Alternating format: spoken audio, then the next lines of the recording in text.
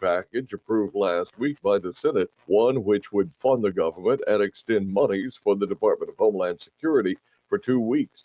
That's designed to give time for Democrats to negotiate immigration enforcement reforms. House Speaker Mike Johnson has said he expects the measure to pass today.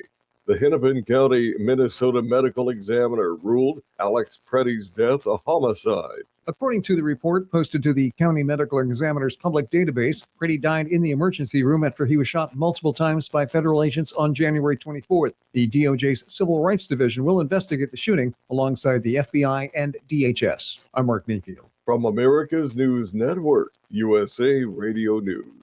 This is Denny Gillum, host of Frontlines of Freedom, here to tell you about an amazing new book, The Miracle Man, written by a good friend of mine. It's a remarkable, true account of faith, healing, and restoration in the face of impossible odds. Through a harrowing series of events and miraculous answers to prayer, Bill receives a donor's heart with only hours left to live. His rapid recovery and return to normal life is a story that shows God's power to heal and his faithfulness in answering prayers. The Miracle Man is available online through Amazon, Barnes & Noble, and other booksellers.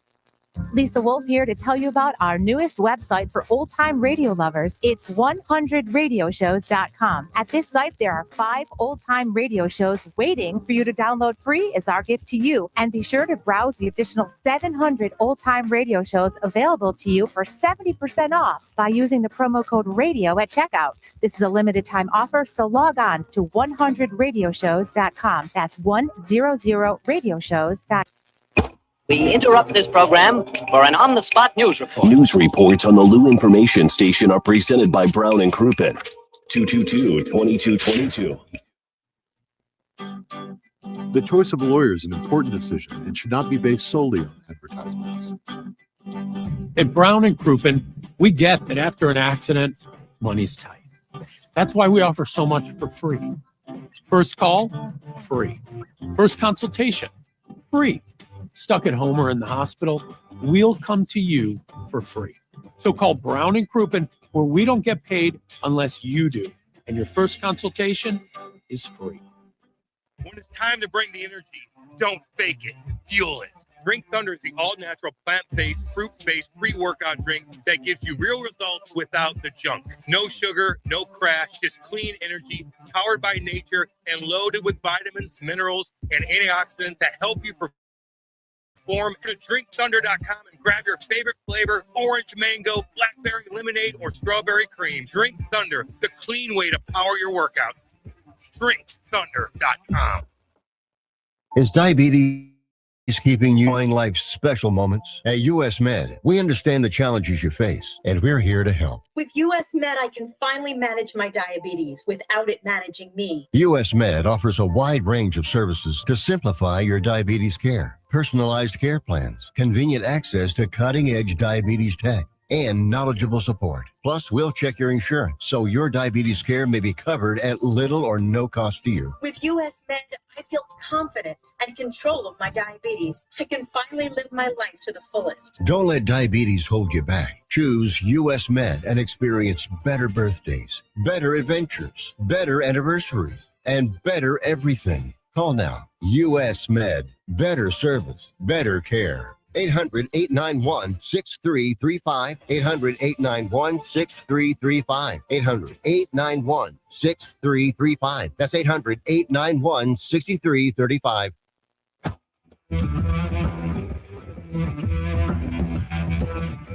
The Lou Information Station presents Hot Take Central 2.0 with Cam Jensen and Jimmy the Cat Hayes. Yeah, baby, let's go. 805 in Kirkwood, Missouri. J. Randolph Jr. Studios, Hot Take Central 2.0. Let's go. Cam Jansen, Jim the Cat Hayes, and the king of all Twitter, Matthew Rocchio. Oh, go this way? Okay, thank you. Thank you. I thought that was pretty good right there. The king of all Twitter. You think we could get you as this way? The next? No, you're fine. Right. Over there's perfect. Do you think we can get you as like the next Michael Buffer? Just get arrested. Think we can get you like the next ring announcer? Who I did won't not name say that Michael Buffer got because I get him. Brother. What about his brother? Yeah, there it is. I was going to say it could be his brother. I think that he got into a fight somewhere down in like the Bahamas, and he got arrested. That guy made a lot of money for not doing much. What do you mean? He brought his unique announcing style to millions. Yeah, like 5 or 6 words. Does my million mic to sound know. okay? Yeah. Hello. All right. Hello. I'll talk. Hello. God dang. Gino already said I want Cam to try to pronounce the new pitchers' names without any help. Ooh. Okay. Nope. Okay. No, Cam, don't play that game. Don't play his game. I'm not going to play his game. Don't He play his cannot tell me what to do. There You go. can't tell me There you what to go. do. That's right. It's fool's gold. Unless you've been prepared. No. There's not a soul on the planet who does not either one watch a lot of Mariners baseball or have a linguistics degree. Ooh. Who's getting this kid's name right the first time. Gino doesn't. You're not playing this game with Gino. No, I'm not playing it. No, Gino. Not listening to you. Human being who gets this right. Not listening to you. I'll just play the academy drop. The first kid, what? The top prospect, top 100 kid, Yeah, the pitcher, is a guy. A lot of people, when the fact that it was pretty clear they wanted to deal Brendan Donovan, had looked at this kid over, seen clips, done their due diligence. So say his name. What? Wait, you got to send it to me. I didn't write it down. I've been talking about Durangelo Sainja for about 2-3 months now. So excited. Sainja. That's a cool name. It's spelledCijntje. Oh man! But it is pronounced Sainja. Sainja. Does he throw with both hands? He used to, but apparently he's kind of figured out that righty is going to be his strongest side. So the plan with the Mariners in this spring was to pull back on the ambidextrous thing and go forward as just a righty. We will see. Wouldn't surprise me based on the numbers if the Cardinals have a similar, if not the same plan. He's a natural lefty, but he started throwing the other way so he could use, his dad was a baseball player, use his dad's glove. And so the right arm got built up. And to hear someone like Mason Wynn was a guy who could have been a pitching prospect, but also dynamic fielder at shortstop. And they were like, why don't you just worry about shortstop? Talking to some of the boys on Cardinal Nation last night, for example, Lance Lynn, it's hard to be a major leaguer while trying to do too many things. You know, unless you're the greatest player in the world, like we see in Los Angeles, they just probably will have him focused from the right side because his fastball can reach 98, 99 from the right side, can still throw 95 from the left, but overall they view his stuff, at least the Mariners did, as better from the right side. And my guess is trying to simplify things for a guy who they have plans for, probably going to be the way the Cardinals will handle it. They also got, so he's a first-round pick. They also got Ty Pete, a guy with a ton of athletic potential, 19 homers in the minors last year. He's only 20. He was a former first round. They also picked up from Tampa a second-round pick, 2 comp picks. So what Heim is doing is kind of what Heim said he was going to do, stockpile a ton of young talent, controllable talent, and build. And that's what they're doing. But a lot of people, sad to see Donnie go. I'm one of them. Oh, yeah. You know, people are like, well, what are we going to come see this year? What will draw us? Well, this also clears a path for J.J. Weatherholt. Best position may be second base. Now, Donnie also plays outfield, Gold Glove utility guy.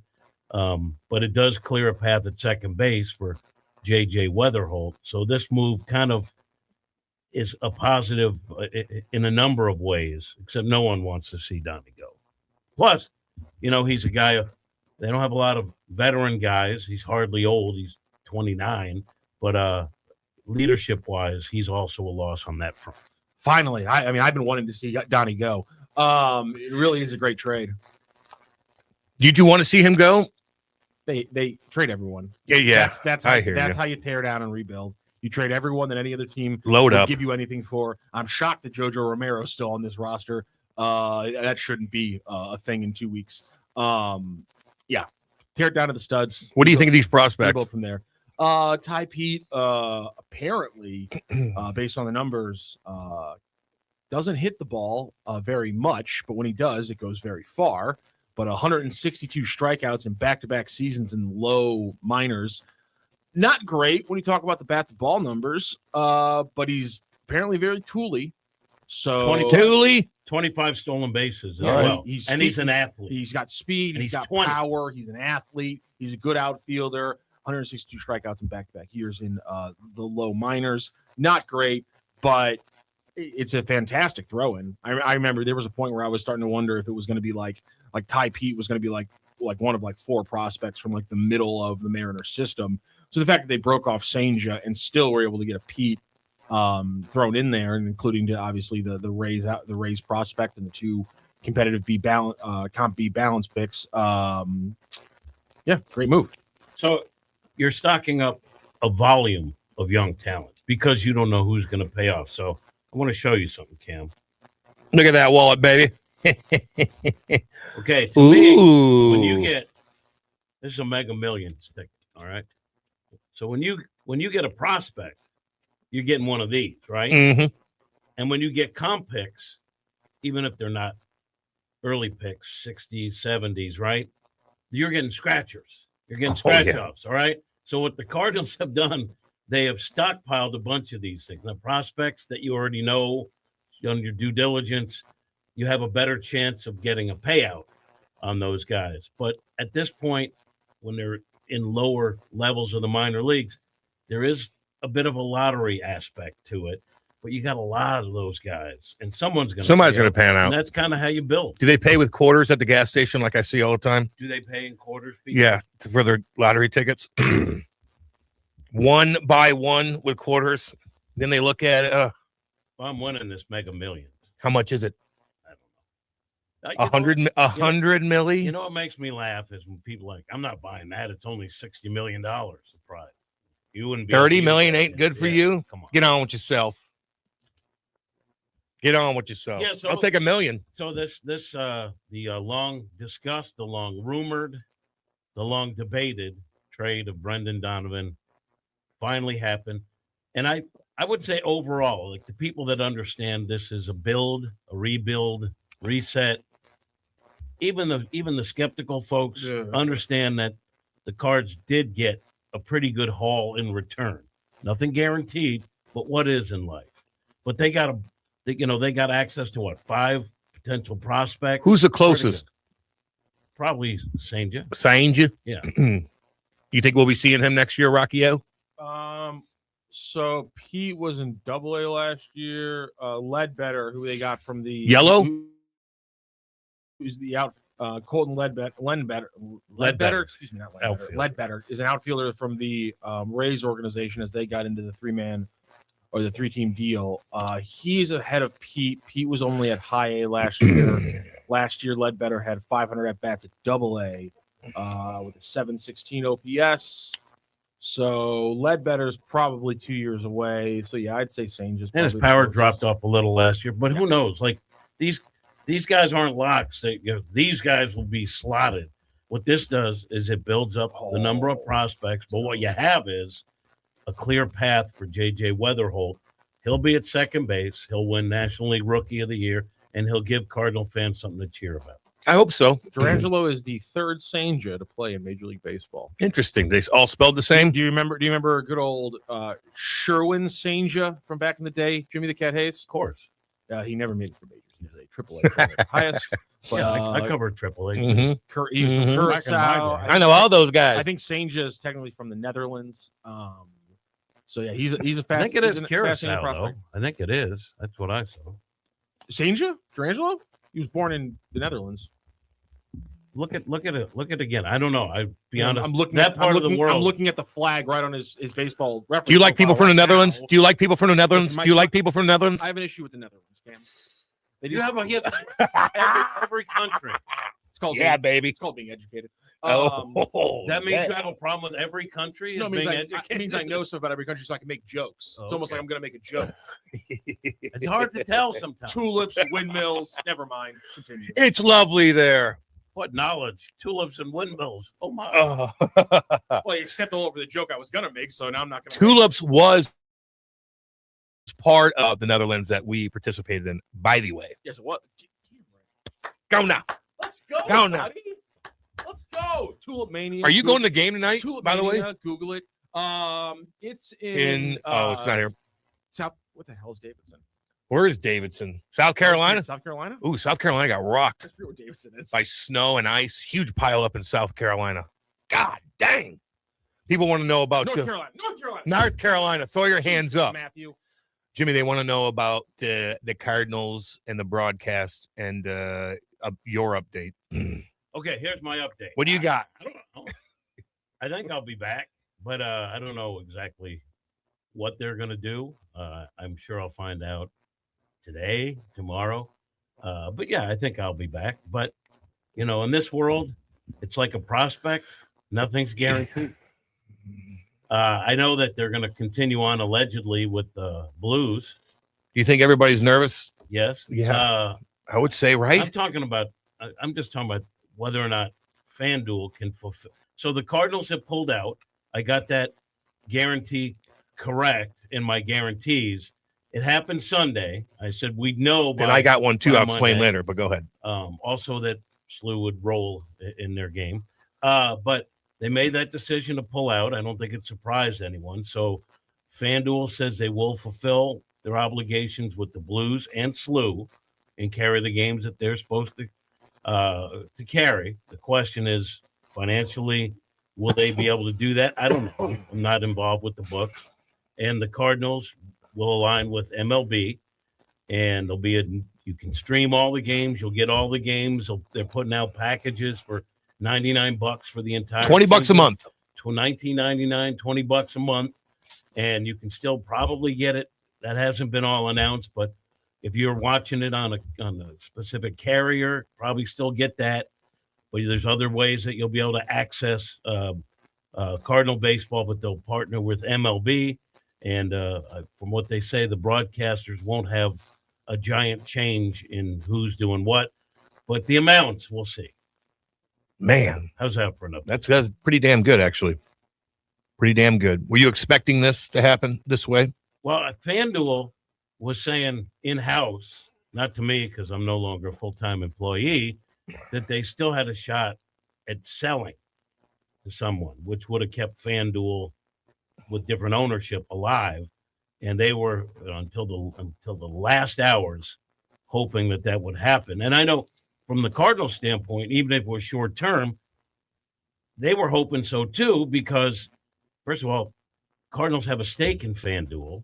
Also, the money promised by FanDuel, even with drastic cuts, probably more than they're going to get from MLB. And the difference is, if FanDuel could have paid the bills, you know how much money you're getting.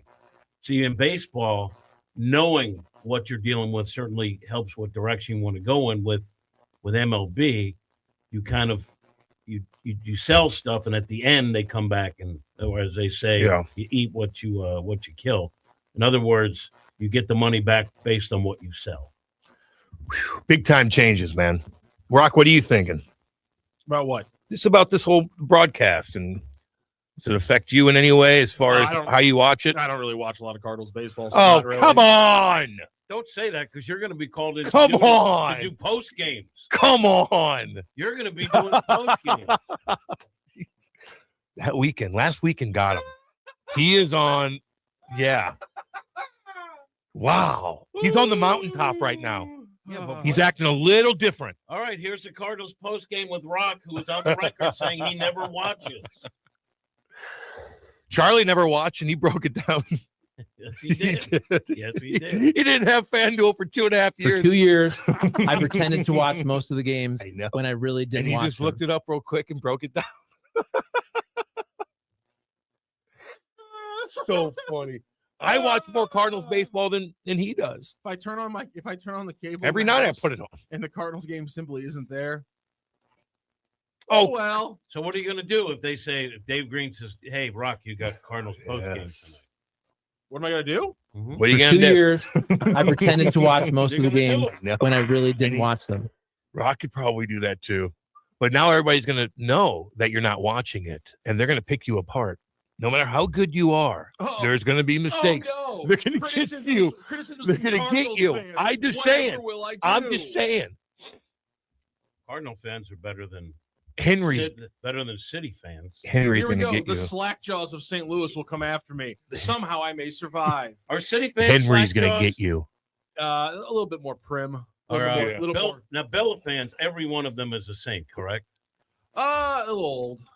Are the Blues fans the biggest hillbillies? And the student section is just, I mean, there is no. They're beautiful people. No, the thing with the student section right now is I appreciate what they are, but they are a blunt instrument without any, like, they are just a blunt instrument. They just scream, "You suck," as loud as possible. There's no cleverness or ingenuity coming out of the student section. It's just pure blunt weaponry of "you suck," "F you," we hate the refs. It's just pure anger. And part of me kind of respects it, but they need a little finesse, if you will. Did you like the antlers with Mizzou? See, that's a special kind of unhinged that I respect. They do research because they do research. They have signs. They have a whole process on how you become an antler. They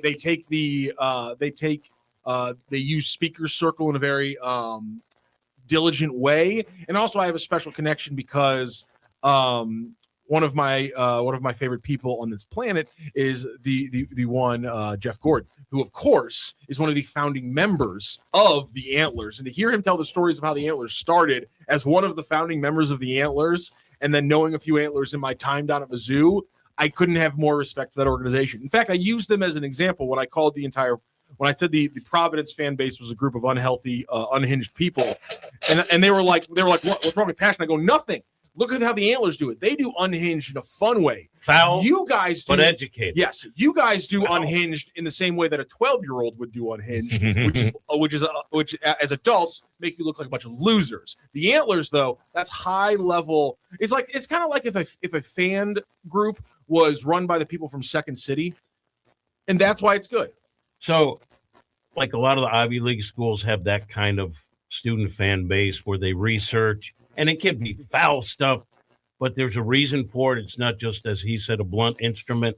But if this is a new age for Billiken basketball, not that the Bills haven't had great teams in the past, but if this is a new age, then maybe the student section will grow and evolve into one of those where it's not just screaming F you. Well, I hope they saw the ingenuity of the swimming and dive team and said, okay, we can play with I don't know this if I like bit. that. Because here's my thing is the student section, the problem with being a blunt instrument is it's volatile. In the first half of the GW game, there was more infighting in the student section than there was cheering against the GW team. How so? Because the team was losing, so they couldn't pick on what to chant for, they couldn't pick on who to yell at. Like some of the guys were getting mad and wanted to start like criticizing the Billikens. And the other half was like, no, we can't. It was anarchy. It was anarchy behind me. And it was falling apart. They were fighting amongst themselves, Jim. That's the problem with the blunt instrument. But I did see some voices of reason. So there were some people in the crowd who were like, we got to have a strategy of this. We got to be smart about this. I know we're losing, but we got to be smart about this. So there's some potential leaders in the crowd.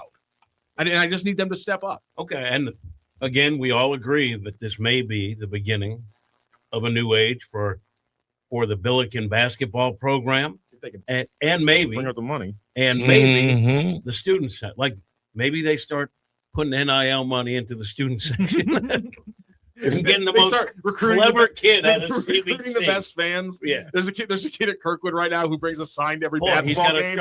This kid, he's got a sharp tongue. I tell you what, put a towel in this kid's hand. I bet he's waving it the whole game.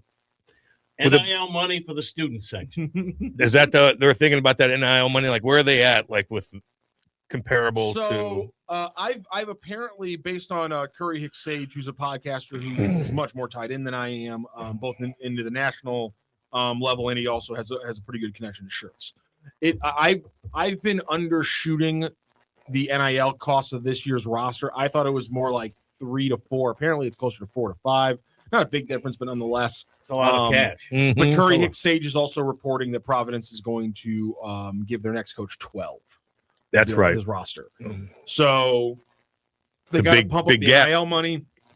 They got to give Shirts another $1 million or $2 on top of his contract as well. So yeah, there's they got work to do. That's got to come to play. And the money's there, but are they willing to spend it? The same thing with Providence. I mean, they say they have $12 million coming out of NIL, but part of you has to wonder. It's like after the rough seasons they're having. Quit drinking that soda, Rock. I know. Quit drinking that soda. I was tired this morning. I needed. That's all good. You know, some people aren't getting a lot of bang for their buck right now in NIL, and like you saw it, like last year, I think it's a good example in Indiana. Mark Cuban only gave a small amount.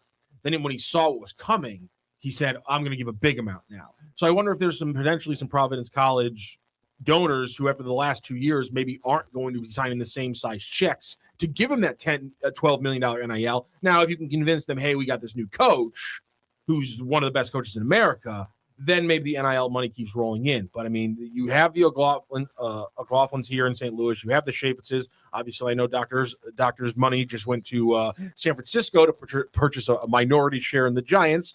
But nonetheless, there is some big money connected to the Billikens. Will it be enough? Will it matter?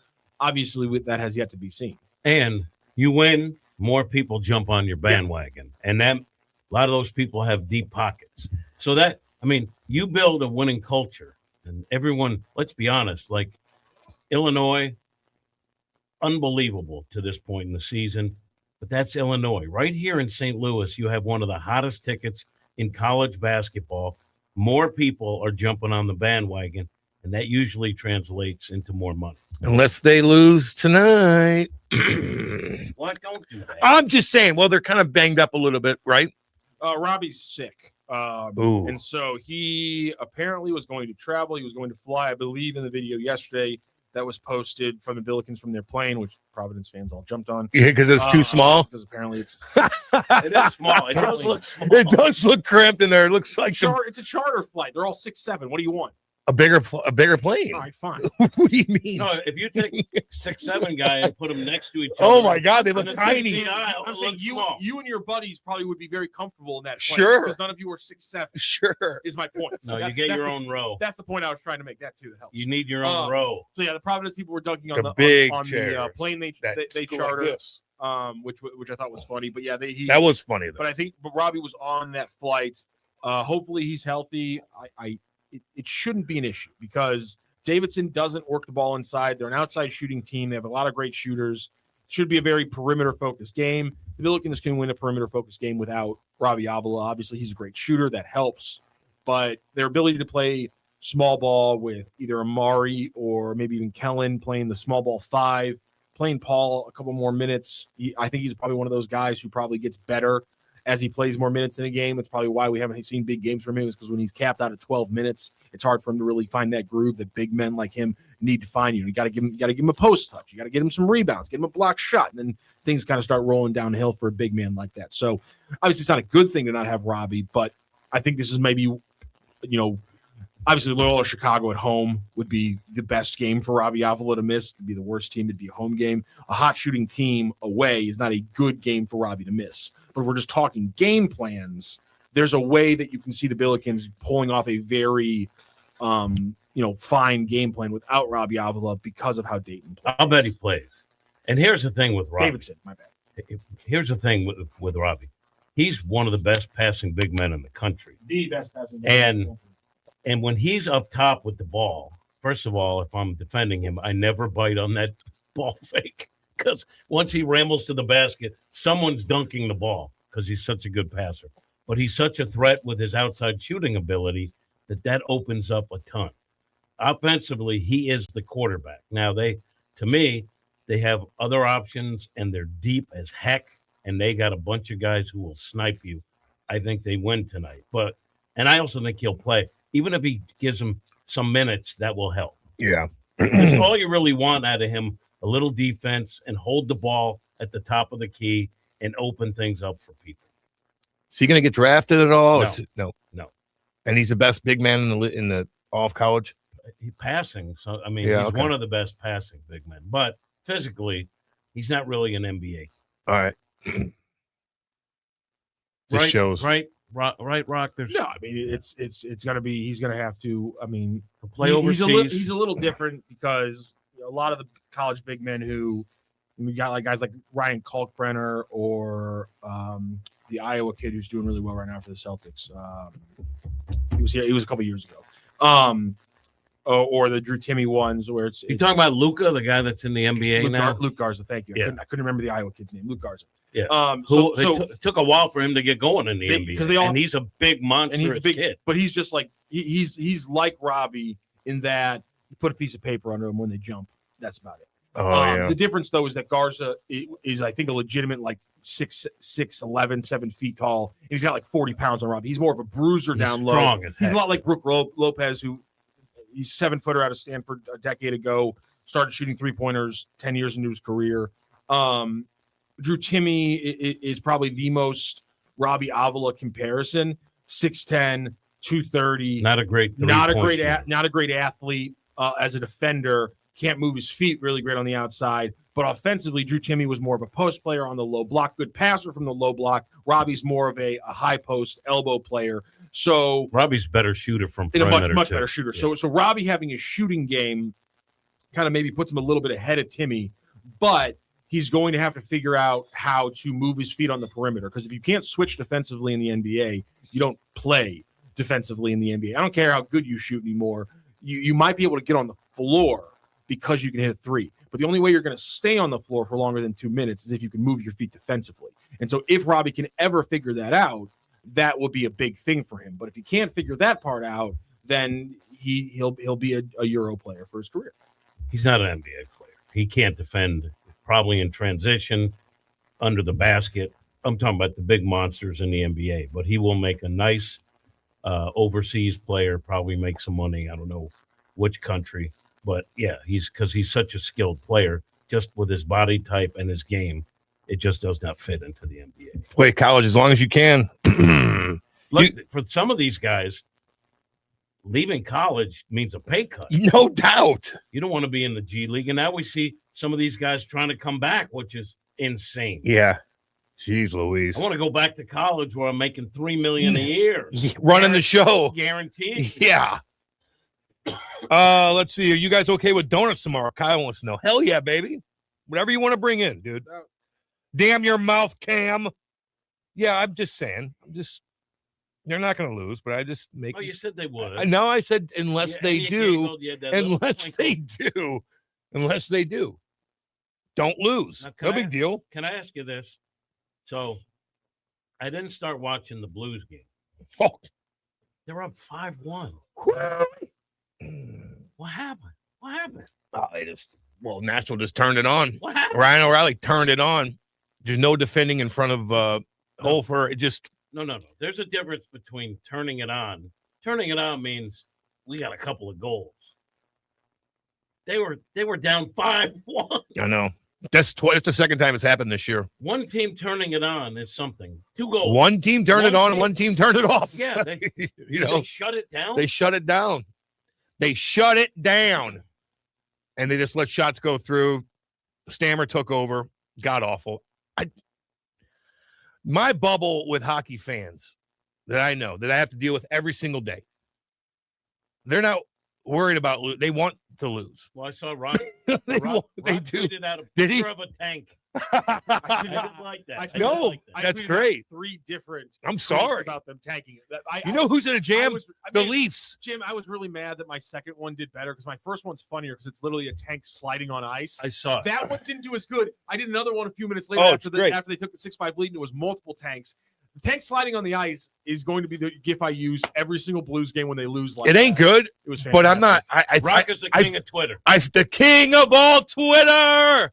Matthew. He looks different. He does. He does look different. I told you. The Blues are tanking just beautifully. That is. Let's just do it. They're up 5-1, and I go, little risky for man, boy. And then slowly but surely, I was boom. This is how you tank. I hate to be like that. This is the first time I've ever been like this with the Blues. I think. This is how you. But it's like you gotta lose now, man. I'm sorry. Rob, so good. I do appreciate your whole tanking philosophy. I do. But last night was not a good way to tank. Oh, I disagree. Because you tortured your fans. I disagree. It was a fantastic. You don't want to torture your fans. No, anytime you can score 5 goals and in my lose, bubble. I'm just saying. 3 assists. In my Blues bubble, the fans are just like, tank. We're still going. Perfect. We'll still go. They'll go to when they come back from break. They'll go to the games. Now, if this happens again, like we got a problem. But as far as this year, in my bubble, talking to everybody, like, do it. Tank. We're still going. Last night was it happening again? Yeah. This is the second time they've lost a 4-goal lead. Doesn't happen much. There are 3 teams in NHL history. Wow.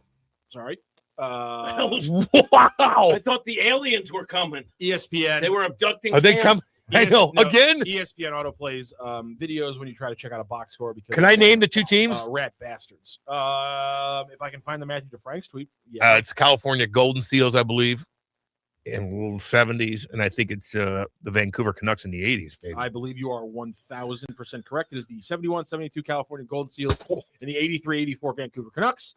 And then the 25-26 twice St. Louis Blues. Those are the only teams in NHL history to lose multiple games in a season when leading by 4+ goals. Now, we're going to give you your guarantee. It's also the 8th time in a row. Not 8th time in a row. It's also the 8th Give me mine. It's the 8th time that a team has scored 5 consecutive goals in the Blues My this guarantee. season. That's unbelievable. 5 straight. It's embarrassing. It's embarrassing. Not a good tank loss. Oh, wow. My guarantees were that the Bills would roll, and they did. And they did. Mm-hmm. You got that one. You went 2 for 2. I also said we would have some sort of closure by Monday for the Cardinals broadcast. But it came. We're But it was decided. But did count my Colton Parayko goal? Different game. Look at You're giving me a day? Give me a day. Look at the exact wording of Jim's lock. Wow. Solved by. I'm giving And it it to you. was. I'm giving it to you. Here's the exact wording of your lock, Cam.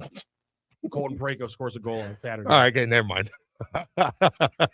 You just caught weaseling. You just caught I weaseling. tried. Unfortunately, Jim did a good job of saying Monday. You did a It good and job. And it came in before midnight Yep. on Monday. You did say Saturday. He scored on Monday. So unfortunately, Cam, you went. I overtook. You went over. Any murders or no? You didn't predict that. Okay. Just asking. You predicted the Billikens would lose. Stupid. That was stupid. I apologize to you, Matthew. I did. You know what? But that's what happens when people show up unprepared. No doubt. Like, It just proves that I'm unprepared. I have no idea what I'm talking about. Who cares? Don't take me seriously. Spartan 44 says there are 26 games left, and the Blues are only 7 points away from the best possible chance to get the first overall pick in the draft lottery. They can do this. They can get. Unfortunately, to last place. Vancouver's god awful too. Yeah, they are. Then what sucks is like we're I think Berube might be getting fired, which is so dumb. But the Leafs they don't know, they're in no man's land like the Blues have always been, and now they got to give a first round pick back to the Bruins, who figured out their retool in a year. They're rocking and rolling. The Leafs don't know what the hell to do. So if the Blues are in a better spot to get one of these big picks, like let me ask you this, Cam. I don't know. You're connected. I just get the sense if you said to Army, tough loss, but not bad for that pursuit of that number 1 pick, he would take his keys out and gouge your eyes out. Or do you think part of him understands it's okay? I think part of him. He just doesn't look like the kind of guy to me. He gets pissed, dude. He gets pissed after games. I can see it in his eyes. Can't even joke with I see him on the plane, and we're a little bit late. He is banging on that door to the pilots. Let's go. Like everybody else is. I swear to God. I love it. I do too. Wake him up. Let's get going. Paying a lot of money. Let's go. Lou did that too. So what? Oh yeah. So if you said to Army, nice tank last night. I ain't doing that. I ain't doing that. He doesn't. He gets pissed, dude. Losing. He's got to deal with it in different way. That's my point. Like I ain't doing that. Hey, wink, wink. No. That's my exact point because I would say, I would say the players would be like, screw you too. We don't want to lose like that. That's embarrassing. They're pissed. Their dads are watching. Neighbors just like breaking his stick like he's pissed. Except, been my experience, been around professional sports a long time. When things go south, some guys are pissed. Some guys with the guaranteed deals are like, we're off, right? And they might giggle. Yeah, they might giggle. But when you lose like that, then it's embarrassing. Yeah, in front of your mom, in front of your dad. I agree, but there are some players like, wasn't me. Yeah, no, we know what the problem is. Well, actually, the good players played pretty good. I would say Bucci was awesome. Neighbors was awesome in that game. I thought Kyrie was freaking awesome in that game. This is what I'm saying. Jesus. I don't care what the. I don't want final him going score is. anywhere. I No. said that with I don't want Couple breaks Kyrie there. and I don't want Thomas going anywhere. I've said that a million times. Why? They're locked up and they have a good contract and they're good players. You know why? Because people like to overthink. Jeez, keep everybody else. I don't care about Benner, You even don't- Benner. You do can what you got to do with Falk, you Shin. you can build back, you can rebuild, retool, but you also need players under contract know. that can help you get from A to B. Yes. Keep those two. You don't have to give them captain. You don't have to put the weight on their shoulder. Find another kid. Find somebody else. But I would keep those two. Maybe they work better. Andy and I always talk about that too. If you put Kyrie on with the Florida Panthers or with Edmonton or with Detroit, he would stick out like a sore thumb every single game. He didn't have to do everything. He's not the superstar there. You could blend in and still play well. It's not all on your shoulders. So if they just had a couple more pieces, I don't know. I'd keep those two. God dang. Okay, fine. Thomas isn't a captain. Okay, fine. We'll accept that. Does he have bad body? Fine. But hell, he can get you 80 points, and he's a center. You get rid of him. What are you really getting back? And I know Army says it's going to be a guy. It's not going to be a pick. He wants to get a kid that's maybe on the third line that should be on the second line, but you got Draisaitl there, slotted there, so you're not getting the ice time you should need, and you're like 21, 22. You're starting to find it. He wants those kind of guys. I don't know. I don't know, man. But I do know these top 3 picks are supposed to be fantastic. And in hockey, sometimes you replace your best defenseman with an undersized defenseman who had a huge upside. Oh, Jimmy. And didn't fill the bill. But he got hurt, and you're able to make moves with that money that you had been stuck $6.5 million with. So it actually kind of and then Petro, though. Petro started to slide down a little bit, won you a cup, and he gets hurt. You get us right, boom, insurance takes everything off the books. Think about that. I like Petro. So do I. Shouldn't have traded. Shouldn't have let him go. Damn. I don't know. I kind of agree with you. That was a They team would have been built they with would, defense. They would have been the first Stanley Cup team in like 30 years to not have to like one star go after winning it. Like everyone has to like a star go after winning them. Like the Blackhawks always had to. Your captain? Not sometimes you're captain, but you have to let a big contract go, and not a lot of time. Like how many guys? You're how right. many times Chicago did Bufflin to how many times? How many times do you have a 6'6", 6'6" defender sitting behind the captain who looks like he's going to be a great defender in his own right, and he has been. No, okay. I get what you're saying. Maybe a Barbashev you have to let go because you can't afford him. It's like the fifth worst but your move top we've seen 3 in the last players, 5 you don't. years. I don't care if you want to. Those guys had their top 3 players that didn't go anywhere. Crosby and Letang and Malkin didn't go anywhere. Ovi and Willie they didn't go anywhere. You go down the line, McDavid, all those guys. Even with Florida. Well, yeah, I'm just saying. Yeah, I know. But even Florida, the top 3 guys didn't go. They all kind of came back. I think you undervalued how you won. You won with defense. You won with Petro. Let other guys go. You won with Petro. Let other guys go. Not only did he defend, he scored you big time goals. Dominated the games. He didn't make mistakes. And it's still on. I swear to God, I watch highlights of it still, of some of those games. It's a random game against the Sharks. He didn't make a mistake. And like, what the hell? And it's unbelievable. Not to bring this up, but the Blues had another young defenseman who was really coming into his own that incident. God, what the hell is... No he won a connection to cup. this He's got veneers in his hand. Jesus, his horse just had another calf. You've His racehorse. You ham-fisted He's okay. before, but Mike, I didn't kill him. That's the most ham-fisted one ever. He could have killed me. My God, Jimmy. I mean, He could have ran me over. just I have a feeling He could have ran me over. in your long line of ham-fisted. I just got traded here. In your long line of ham-fisted Thank you. shoehorns, that might be Thank the greatest you. one ever. Thank you. the world would probably be a better place if they never. There'd be no. You drama should have in the drafted world. Jonathan If there Taze. would have been Wait a second. You peace should on have earth. drafted Jonathan Wait a second. Taze. If Eric Johnson is Eric Johnson, like if he becomes the player you think he's going to be as a number 1 overall pick, what does that do to Alex Pietrangelo? Maybe you draft somebody else. Maybe you draft somebody else in 2008 instead of him 4th overall. Okay. Maybe you make the mistake of drafting Luke Shen. Ooh. he got walked last night. The draft was not good after that. Yeah. The people who went after Alex Pietrangelo: Luke Shen, Nikita Filatov, Colin Wilson, Michael Bodker, Josh Bailey, Cody Hodgson. Cody Hodgson, good dude, but yeah, geez. Cal Beach. Tyler who? Tyler Myers. That one wouldn't have Yeah, been half he's bad. pretty goddamn good. Colton Tubert, Zach Boychuk, Eric Carlson. Wouldn't have been half bad. Joe Colburn, Jake Gardner. He's still not there. Chet Pickard. Wow, they took a goalie in the 18th overall pick. He didn't do anything. How about that? Pickard? Michael Delzato. Yeah, they. I mean, wow. Whoa. Hey, we love you, Lukey. Cam, I thought you ain't Petro. Cam, you might have helped the Blues win a Stanley Cup by taking out Eric Johnson. Now what you gonna say? What you gonna say? You feel good about it now? Not really. You talk what? But they might not draft him.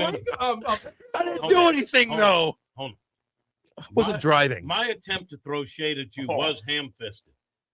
But Brock's attempt to build you back up. Build me back up was so dumb. Was even more. It's horrible. Home run. I put that on a tee. Oh, my God. Oh, you're on my side.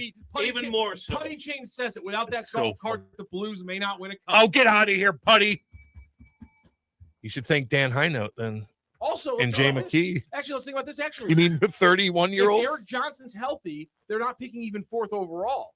They're a better team than that. Oh. So they're not even picking 4th overall. Yeah, So yeah. in the middle of that draft, maybe they make the mistake. They would have picked Colin Wilson. Maybe they take Michael Bodker. Yeah.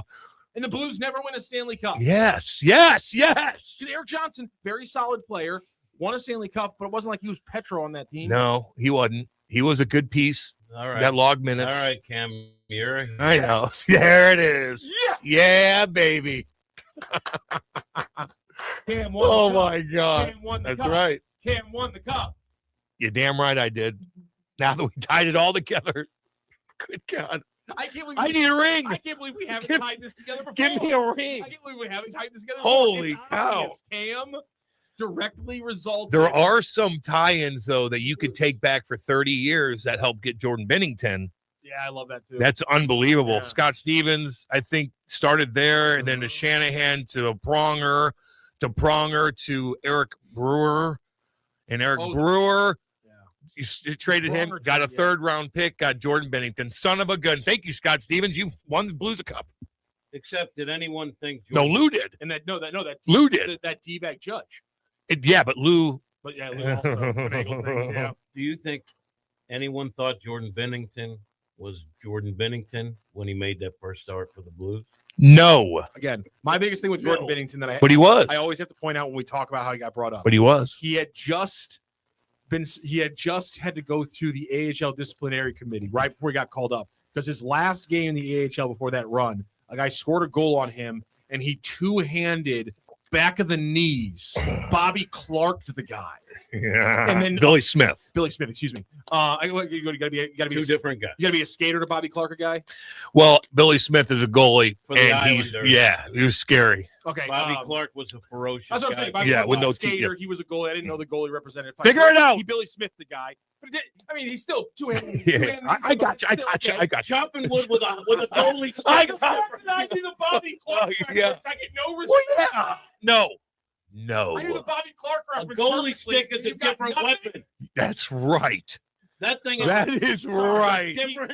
Thank you. Billy Smith the guy right before he gets called up. There it is. Billy Smith. I thought I was And gonna I'll get- tell you, I thought I was gonna get cracked for that one. Benner doesn't like that. Well, Nazim Kadri? no, Marty. Oh, doesn't like Bordeaux. Yeah, because I don't think Brodeur. He said it on the yeah. pod. I don't want to, but he said it on our pod. And I remember kind of blowing up. Bordeaux was a little bit more Didn't strict. believe in him. I Yeah. think kind of thing. Yeah, but who did?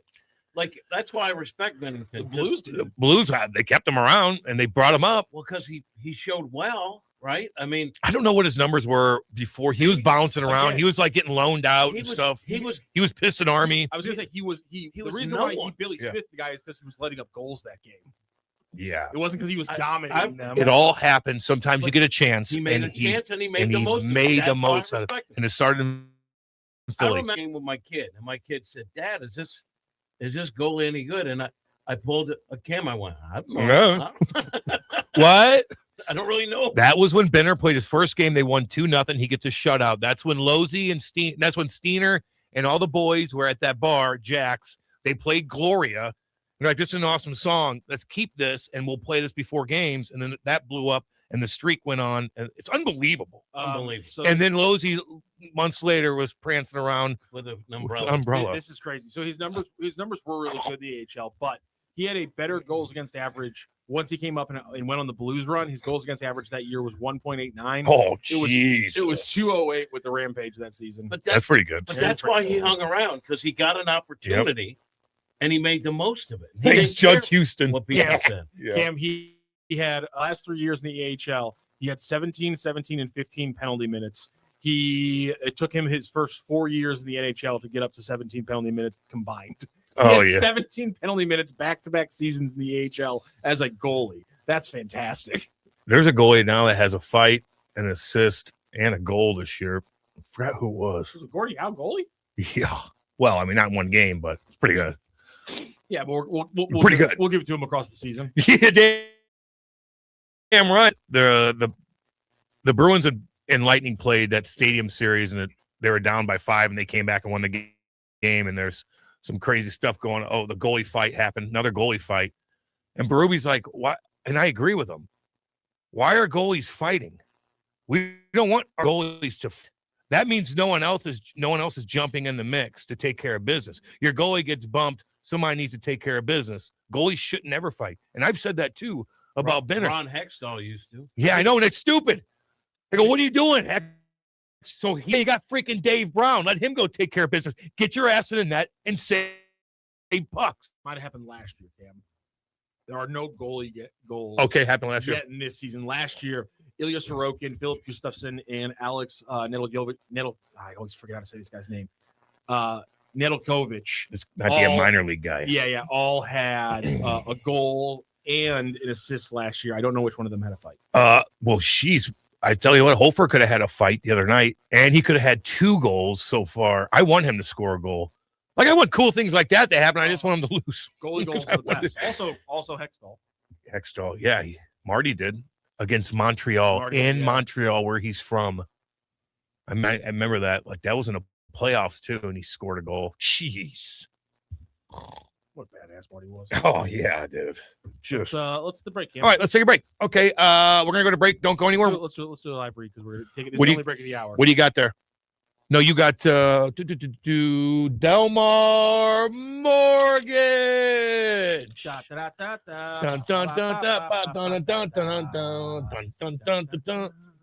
Delmar Mortgage. Yeah. Delmar.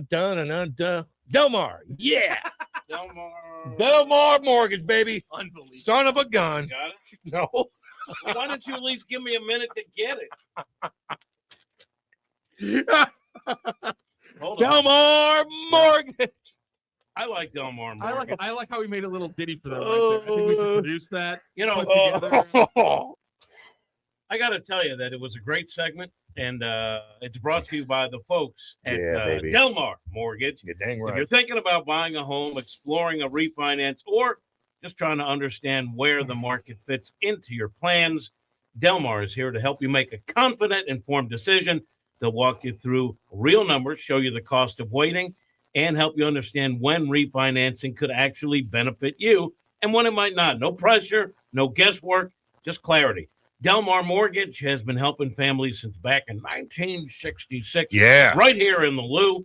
And now across more than 40 states, they're still family-owned, still focused on transparency, and still committed to making the mortgage process feel simple, not stressful. If you'd like to see how much you could save or simply get a clearer picture of your options, start with a free quick quote at saveinthelu.com. Again, that's saveinthelu.com, because better decisions start with better information. Dang right. May have been compensated for this message. For licensing information, visit NMLSconsumeraccess.org. Delmar Mortgage, NMLS ID number 30998. Delmar Mortgage is an equal housing lender. Now, Jim, you're the only one of us who had a mortgage back in 1966. So I imagine that must have been throwing. Imagine that must have been tough. That weekend got him, Jimmy. When I was that weekend. When I was 4 years old, I got into the market. Rocks Such a week. responsible Rocks weekend. I was 4 years old. I was already into the markets.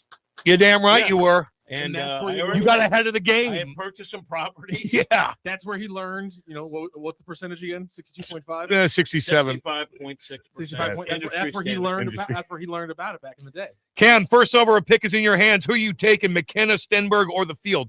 I don't know yet. I'm not even going to say it because I don't know yet. I got to do a lot more research. I got to wait till the end of the year and go from there, see where they're both at, and really see what Andy says. Come See on, what- I did get you. See Steiner says, All right, we're going to go to break. Don't go anywhere. This is Hot Take Central 2.0.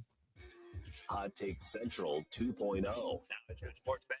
It's really getting out of hand, man. It's going way out of control. With Cam Jansen. I'm going to lead you down the path that rocks. And Jimmy the Cat Hayes. You're a legend in the city, moving by day instead of night. Weekday mornings from 8 to 10. Hell yeah. Only on the Lou Information Station. Streaming 24/7 at louinfo.com. Hot Take Central 2.0. This whole situation is getting out of control. The Earl Experience with Earl Austin Jr. Saturday mornings from 9 to 11. Brought to you by Fast Track Auto Transport, St. Louis's go-to company for all your vehicle transport needs. Visit ftautotrans.com or call 636-677-9004. At Commercial Technology Solutions, we are all about solutions. We pledge that our sales staff will listen carefully to your needs and propose a solution customized to your business. Our services and tech support are second to none. When you establish your relationship with Commercial Technology Solutions, you can have confidence that your tech needs are in the hands of St. Louis's best. Contact them in Missouri at 314-421-3550, in Illinois 618-452-3550, and online at ctsphone.com. The Earl Austin Experience with Earl Austin Jr. Saturday mornings from 9 to 11. Brought to you by Fast Track Auto Transport, St. Louis's go-to company for all your vehicle transport needs. Visit ftautotrans.com or call 636-677-9004. LouInfo.com news headlines. Brought to you by Brown and Crouppen, 222-2222. Your LouInfo.com news report. A man accused of killing a woman inside a North St. Louis home appeared in court Monday. Mario D. Lee is charged with first-degree murder and the shooting death of 34-year-old Candace Horskins in December 2023. Police say Lee and Horskins were inside the home uninvited when a gunshot was heard. Horskins was found dead, and Lee fled the scene. A 4-alarm fire destroyed a winery in Missouri's wine country. Early Monday, a dozen departments responded to Wenwood Bay Winery near Herman after crews found the 15,000 square foot building fully engulfed. The cause of the fire is under investigation. The Running USA conference continues today at Union Station with more than 700 race directors and industry leaders from across the country. And you may notice runners again today on downtown streets. Olympic gold medalist and East St. Louis native Dawn Harper Nelson opened the conference as the keynote speaker. Organizers say running is one of the fastest growing sports in America. For the Lou Information Station, streaming 24/7 at louinfo.com and the free Lou Info app, I'm Jen Austin. Now, louinfo.com weather. Presented by Home Bank. Member FDIC. Secure your financial future by opening a high-yield checking account today. Go to myhomebank.bank to get started. Here's your louinfo.com weather update. A few showers possible today, maybe a mix of rain and freezing rain this morning, and then all rain this afternoon, mid-30s on today's high. Overnight, some clouds and upper teens. We get sunshine back on Wednesday, and we'll hit about 30. Warming up on Thursday, partly sunny and 40. I'm meteorologist Steve Hamilton for the Lou Information Station, streaming 24/7 at louinfo.com and the free Lou Info app. The choice of a lawyer is an important decision. It should not be based solely on advertisements. Not sure how to get a lawyer after an accident? Call Brown and Crouppen. We'll walk you through it. Worried it'll cost too much? Here's a fact. At Brown and Crouppen, you pay nothing up front, and we never get paid unless you do. When you're our client, you'll have all your questions answered, all for free. Hurt? Get the facts and help you need. Call Brown and Crouppen now. The Lou Information Station presents coverage of the Mid-States Hockey Playoffs, presented by Vantage Credit Union. Game coverage includes Founders Cup, Wickenheiser Cup, and Challenge, concluding each division's championship. Tune in or log on to the Lou Info YouTube channel. Mid-States playoffs are presented by Vantage Credit Union and by Mattingly Lumber, WashU Medicine Orthopedics, and by Kenny Reinhold, with Caldwell Banker Realty Gundaker. Listen up, fellow timeshare owners. If you're a timeshare owner and you want out at all costs, you're done, frustrated, tired of wasting money, you don't use the darn thing. Get out now. Hire the best Bulldog timeshare cancellation team in the business. Their in-house legal team, headed by a timeshare cancellation lawyer, can help you fight the biggest and baddest companies out there that sell timeshare. At some point, you were using your timeshare, but now you're not, and you're tired of wasting money. Before you go to the poorhouse, call right now and learn how you can stop the maintenance fees and put more money back in your pocket. Their services cost you a lot less than you think, and you'll save a lot of money over time. Call the Timeshare Exit Hotline now. It's a free consultation. 800-824-5131. 800-824-5131. 800-824-5131. That's 800-824-5131. St. Louis sports fans, now you can go deeper with STL Sports Central Insiders. Get exclusive access to Bernie Miklasz, Randy Carricker, Mike Claiborne, Jamal Mayers, and more. Plus, your chance to watch a Blues game in the alumni box with Jamal himself. Also, monthly giveaways, Bernie's columns all week, and you'll be supporting local sports media. Join now at stlsportscentral.com. This message is presented on behalf of Delmar Mortgage. When it comes to buying or refinancing a home, everyone's situation is different, and having the right information can save you real money. Delmar Mortgage helps you compare options side by side, understand the cost of waiting, and see when refinancing may actually make sense for you. Get your no-obligation quick quote at savingthelou.com. Individuals may have been compensated for this message. For licensing information, visit NMLSConsumerAccess.org. Delmar Mortgage, NMLS ID number 30998. Delmar Mortgage is an equal housing lender. All right, Cam, be honest. New Year's resolution still holding strong? Not so much, Kat, but I did decide on one thing that I'm sticking with, making home life better in 2026. And that's a good one. And if better includes more fun. The choice of a lawyer is an important decision and should not be based solely on advertisements. At Brown and Crouppen, we get that after an accident, money's tight. That's why we offer so much for free. First call, free. First consultation, free. Stuck at home or in the hospital, we'll come to you for free. So call Brown and Crouppen, where we don't get paid unless you do. And your first consultation is free. All right, Cam, be honest. New Year's resolution still holding strong? Not so much, Kat, but I did decide on one thing that I'm sticking with, making home life better in 2026. And that's a good one. And if better includes more fun, more time outside, and less stress, then you need to talk to Merrimack Pools and Outdoors.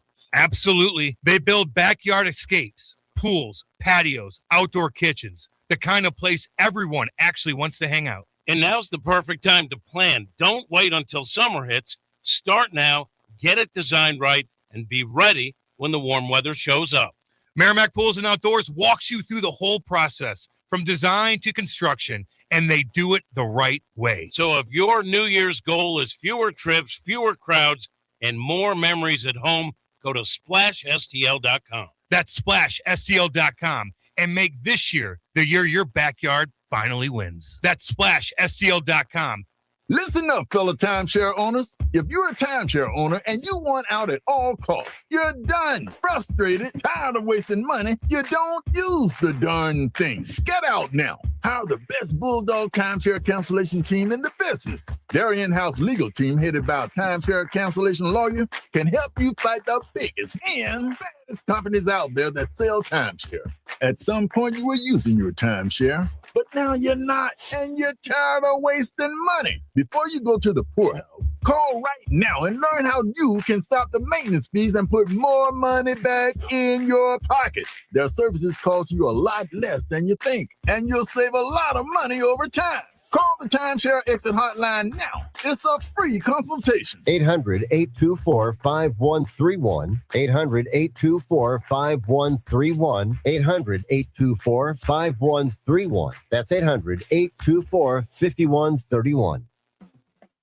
At Commercial Technology Solutions, we are all about solutions. We pledge that our sales staff will listen carefully to your needs and propose a solution customized to your business. Our services and tech support are second to none. When you establish your relationship with Commercial Technology Solutions, you can have confidence that your tech needs are in the hands of St. Louis's best. Contact them in Missouri at 314-421-3550, in Illinois 618-452-3550, and online at ctsphone.com.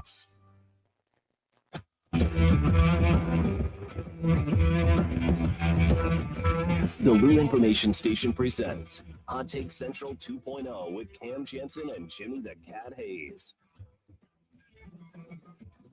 Go 906 in Kirkland, Missouri. J. Randolph Jr. Studios. Hot Take Central 2.0. Cam Jansen, Jimmy the Cat Hayes, Ed and Brody Herman, Matthew Rockio, king of all Twitter. Are we starting to call him King Rock now? King Rock. Do we maybe King of all Twitter? King Rock? We'll put our toe in the water on that and see if people King like Rock. it. King Rock. Well, he's already got the picture of him sitting on the throne with all the Billiken stuff. But I won't use that is because it's fantastic. AI generated.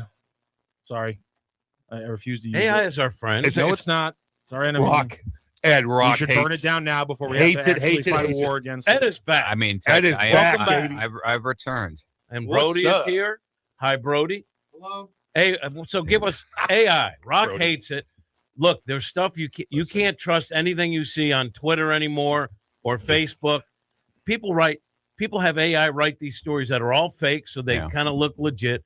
Is AI our friend or our enemy, Ed? You know, it's both. The reality of it is it will probably lead to the destruction of society. All right, then it's our enemy. Yes, Rock no. But King let Rock, me tell you, King Rock, King Rock. But you know, listen, you could say the same thing for a lot of different things that we have. You know, it's anything that we have that is in excess we can't control is our enemy. Yeah, but it is also. Brody, are you okay, bud? What are you leaning over like that? Well, this Brody. Wait, pull it towards you. Oh no, I see. Okay, that one does. I see what's It's all going good. on. It's all good. All right. Did Grant mess Well, that hold one on. up? I got to reposition. I'm trying to talk to. Did Jim, Grant and screw that all up, I'm seeing is Rock? the side of your head. I apologize. Anyway, no, but the thing is, it's here, and everybody, if you don't embrace it, you're going to be casualties of it. So that's kind of how they get you. If you're slow to adopt, you're first man out. And if you're early to adopt, you're going to be complicit in the downfall of society. But society is always in a state of perpetual downfall. This is just going to accelerate it. Yeah. On the plus side, I'm turning 55 in August, and so I'll be alive hopefully to see it all go down. Like, I hope. listen, for generations and generations, people have wondered if they were going to be alive at end of days, and I think we're the first generation that can say yes. I think we will be. But how? Take down the grid. I think T2, man. I'm all Skynet, man. What's up? Okay. I did listen. It is first of all now is the most dangerous time because it's new, it's suspicious, it's getting hyper realistic, but it's also wildly inaccurate. Yes. We're seeing it in our business. Like every company wants to sell us AI products to help make different parts of what we do more efficient. Medical record summaries. It can scrape through all of this stuff. It can do all this. And that would all be wonderful if it was 100% accurate. And I'm sure eventually it will be. But right now, it's like creating double work because you have AI do stuff, but then you still need humans checking everything. And to this point, it's still so grossly inaccurate. You know how you can tell if you like something you know about? Ask one of these AIs a baseball stats question. They're going to get it wrong. And then you think, if they can get a simple stat question that I can figure out wrong, yes, how much do they have that they're spitting out that is wrong about important stuff? Right. And first of all, it's not like we were getting accurate information from anybody anyway. Everybody is just giving you a version of the facts that supports their narrative, which supports their position, which usually supports their wallet. I mean, it's human nature. Honestly, if we were FanDuel, God rest its, we were always accurate. If we were ever trusting to begin with, we shouldn't have been. This will make everybody appropriately suspicious of everything because they should be. As if we weren't already. And as Rock would say, it's polluting the planet too in a polluting the planet. So anytime you use AI, I don't know how it all goes down. Okay. Yeah. Generative. Well, so now it's listen. hurting the planet. It's going to take over the planet Mhm. in our lifetime. Yep. You know like who I what, don't- like the robot part, like just like because I don't. I know Japan's doing a lot of the. Here's the thing. If you, all right, let me give you a perfect example of where to have issues like involved with everything. We've talked about self-driving cars, right? Which is a form of AI. And the problem is not everybody in their regular life would drive the same way anyway. So you have to program that self-driving vehicle like a Waymo. Do you program it for self-preservation, which is how you actually drive for self-preservation instinctually? You'll always put your life ahead of some stranger. But how is it programmed? If it sees that you're going to go into a school bus that might be filled with 20 children, how have they programmed the AI? Have they programmed it to, you're going to veer off a cliff because it's going to save 20 lives, but it's going to kill you? Or are you going to steer in a way that's going to preserve you, even if it might cost 20 kids their lives? That's something that has to be programmed. In real life, we have an instinct that controls that. But when you're programming a software, how do you do that? What's the correct answer? And there's a version of that in every single decision that goes on in the AI world, because not everybody has the same goal. So how do you program it? You program it to maximize profit in a business, for example. Well, that might callously cut a lot of people out of their jobs. In real life, you don't just lead with your head. You lead partially with your head and partially with your heart, because you're trying to build something and you care about things like culture, and you care about the fact that a lot of people's livelihoods depend on a business. It's not just strictly for profit. You know, we don't squeeze every penny of profit out. Like some do. But that's my point is, but how do you program AI? Because you have to choose a philosophical starting point that everything leads to. So if you set your AI functions to just maximize profit, that's dangerous because it becomes very callous. And if it's just going to very callously decide who to cut and who not to cut, people, you know, that's how it's going to destroy the world little by little, because somebody has to be behind the philosophy behind the programming. There's also a human element to who you cut and who you don't, which kind of takes it to like sports and analytics. Like the old school baseball people are like, oh, it's the eye test. Okay, we have to get beyond that. But then there's some people that say the analytics don't factor in sort of the human aspect, that some guys are just winners, or some guys rise to the occasion, which you don't think is something that is a bit out of a computer. Not to mention team chemistry, Right. allows cancers, Yes. you know, toxic, you know, personalities, all of the little things. Now, listen, we are still in the infancy of this thing. I mean, maybe it eventually gets to the point where it's so hyper realistic that we have to start talking about whether or not a robot has rights. Because at some point, listen, I'm an ethicist. So for me, this is all, I went to school. I have a degree in philosophy with an emphasis in ethics. I love this stuff. I can talk about this stuff ad infinitum because it is going to create a lot of problems. But at some point, the robots are going to be so human, so realistic in your exchanges with them, that we will get to that point where people will wonder, do they have rights? Are they entitled to legal protections? If you wanted to abuse your robot for whatever sick fantasy you may have, well, I mean, listen, at what point? Well, let me ask you. She don't listen. How deep do you want to get? Well, I mean, I see people like already in love with robots right now that cost like $250 grand. But let me ask you this: because they have a mental sickness. Yes. But let me ask you this: from an ethical standpoint, and if this is too far beyond the show, Well, go ahead. Too far beyond the show. If it's too far beyond the show, but let me ask you this: would you support? We all know that there are people that have a legitimate mental condition known as pedophilia, right? They have a sexual attraction to people who have not yet reached puberty. Okay.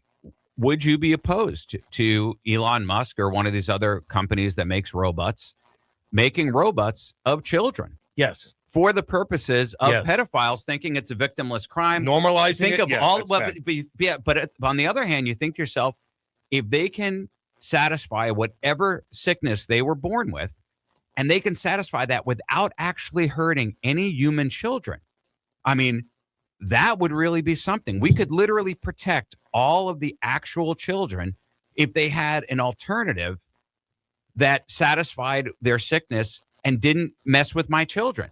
If you knew that the difference was that is deep. Well, if you knew that it would spare your children from that kind of abuse, would you do it? Or to your earlier point, is that just a bridge too far? Well, You're first off, normalizing. you don't know that those guardrails would preclude those people from acting out on human beings. So to me, as Cam would use the word normalize, to me, that would nope, not even venturing to think about whether or not that would be a good thing. Because if you have a sickness, just because you have the right intention of trying to isolate it and move it, in a different direction, no one can control that. So no, I think that would normalize it. Well, I think it's a fair debate. Yeah. I don't know what's right and what's wrong as it relates to that. You think about things like shooting ranges. Does that make us safer or less safe? I mean, I would suggest that shooting range gives people an opportunity to kind of, I go to the range a lot and kind of helps me get my aggression out a little bit, and it's satisfying. And you get used to holding a weapon and using your weapon too. You get better at it, less likely to make a mistake with it. So there's a lot of benefits, that go along with it. But arguably, the fact that we have ranges probably leads to more guns, more ownership, and more people using them. People that I know that go to shooting ranges are people that are the most responsible with their weapons. I agree. I mean, that doesn't mean I'm right on this, but the folks that I know that do that, and I'm not a big gun guy by any stretch, but they are so buttoned down with safety. They are. Those are the people I don't mind having weapons. Me neither. It's the people that can walk into a store, and I'm not going to get into the whole, gun argument, but I think there's common ground for everyone with that. You shouldn't be able to, you're ticked off at someone, go into a store and walk out with a gun. Like they should require training, and there should be a period of waiting, and you have to show some responsibility like you would driving a car. Yeah, pass test. Yeah. I mean, listen, I think that there are intelligent points to be made across the board on all of these things. That's the whole fun of an ethical debate. There is no book that you can turn to that gives you the right answer on these things. That's what's so fun about it, is you don't get to go to like the back page and say, okay, who was right? It doesn't work like that. Yeah. Are you comfortable? Have you done one of those driverless cars? Yes. Oh yeah. Yes. And you're fine with it. I love them. Well, for one, I've been a passenger in Waymo several times down in Arizona, and they are phenomenal. And, both Brody and I drive the, self-driving Teslas, which I don't use the self-driving feature a lot personally. Brody uses it a lot. It's phenomenal. I mean, why, think about it. I mean, I trust my driving, of course, but, a self-driving car has eyes 360 degrees 100% of the time and faster reaction time than human beings. If you have 100% visibility all around you at all times, and the equipment, so you know exactly what it's capable of, which, you can know your car as well as you want, but if the car has got a brain of its own, it knows itself, and it has better reaction time. So there's really no great reason to be afraid of it. I mean, statistically, there's an insurance company that does boutique insurance called Lemonade. They do it in a few different areas. They just put out a thing last week that anybody using the FSD feature on the Tesla, they'll cut their rates by 50% because it's statistically that much safer to let it drive What itself. are you doing when the car's driving itself, Brody? Are you on your phone? No, or are you never paying on my phone. attention? No, I'm looking at the road. And You have to fully supervise. There's a camera that looks at you in the Tesla while you're doing it. And if it sees you looking at your phone or looking out the window too long, you get an alert saying, pay attention, put your hands on the wheel so that we know you're watching. Damn. All right. Okay. And if you it's watching you the whole time, it is. Brody. And if you violate it, you get dinged. And if you get, I think it's five strikes of you not being responsive, and they disable the feature for a week. Jimmy, imagine Rockio driving to work in one of those Teslas. It's watching him, and his mood swings the whole time, yelling at everybody through road rage. I don't know if you can handle that, Rock. Oh, you know what? You know what the part you'd love though, Rock, is that anytime you honk your horn, because it's recording constantly from all cameras. Oh yeah. So anytime you honk your horn, you're sending the car a signal. Store that video. Keep it.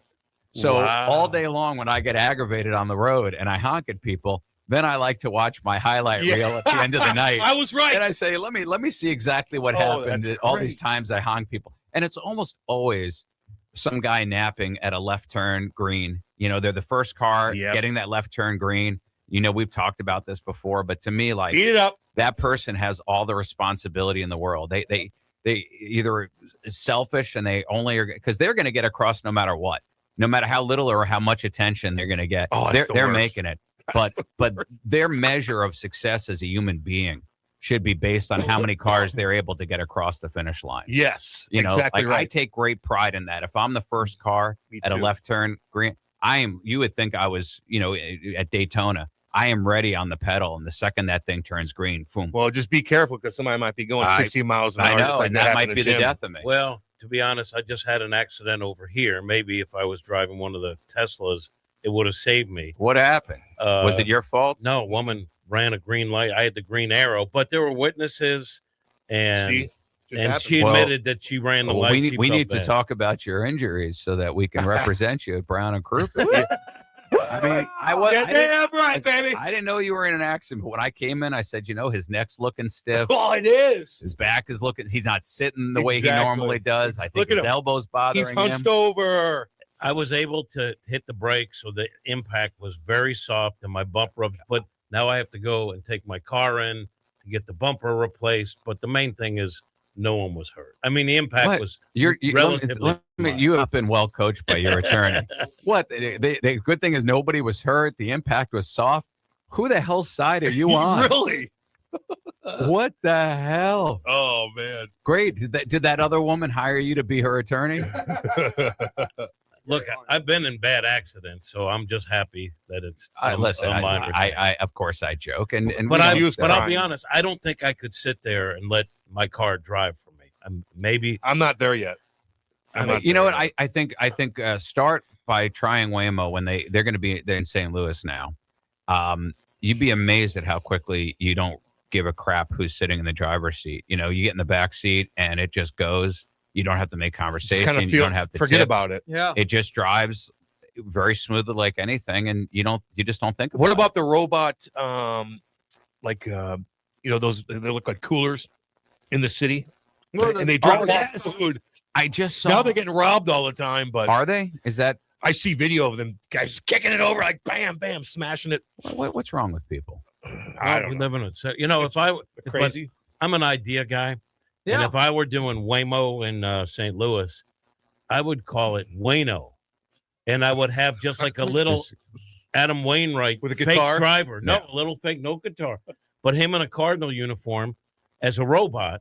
And then every Cardinal fan can take instead of a Waymo. Is that okay or is that terrible, Brody? You can say terrible. I like Is it terrible, Brody? No, it's not terrible. I think it'd be nice. All right. I think they're not Wombat's chirping you. I don't see them doing that like officially, but if they were going to do a local promotion, I think Wayno and a Waymo is a great way to do it. I think it's brilliant. You have to make the call 66%, so he Jimmy. can fit in. Yeah, anyone that wants that idea, I'm willing to kind of help guide it to fruition for a small taste. Well, and all of the Waymos are Jaguars. They're very nice Jaguars. Oh, really? Yeah. Is that what they are? They are. They're all Jaguars. I mean, I've seen them in California and stuff. I'm not doing. My kid, I forget where we were. Might have been Vegas. I don't remember, but he wanted to do it, and we were like, nope. What? Come on. First of all, the funny that you say that, but I hate to break the news to you. Almost every plane that you've flown in the last 20 years. Is just on autopilot most of the time. No, I mean, they're doing a little bit at the beginning and end, and that's it. But I'm a proud old. I rail against Listen, change. You're a little bit older than me, but not that much older. No, look, trust me. You're in the back seat. You don't care who's in the front seat. You don't think about it.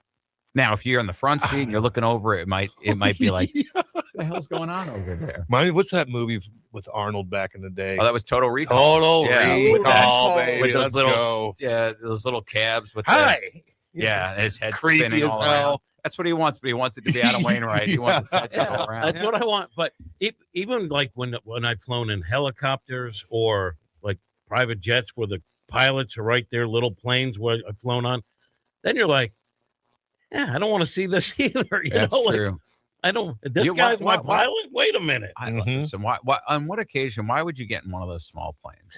Well, because you have to bounce around in Alaska and stuff like that. They're like having four-wheelers up there. Yeah, but I mean, Or still, how about these this? things go down all the time. Because a big time broadcaster is flying back from Chicago to St. Louis. It'll take 14 minutes, and you can just go with him and get on the plane and no security. And the freedom of having your pilot's license to be able to fly those. My buddies do it. Unbelievably good. They rent one out. They fly around the arch. They videotape it. There's no fly. security check. You just get on the plane. I mean, listen, And all they of have that sounds parachutes. wonderful, but what about all the crashes? They have parachutes now too. Just so There you are a know. lot. One happened just the other day in Chesterfield, and the parachute went whoosh, and they landed safely. What? Somebody had a parachute out? See, and it No. doesn't- The plane has its own parachute. So you're going Seriously? through trouble. You just, you press a button, boom. And it could land. I mean, It how just- big is it that just- parachute? But you to hear be about able to? small plane crashes all the time. All the time. We All just saw Greg Biffle in his plane crash. Yeah. That was an old 1988 Jetlayer.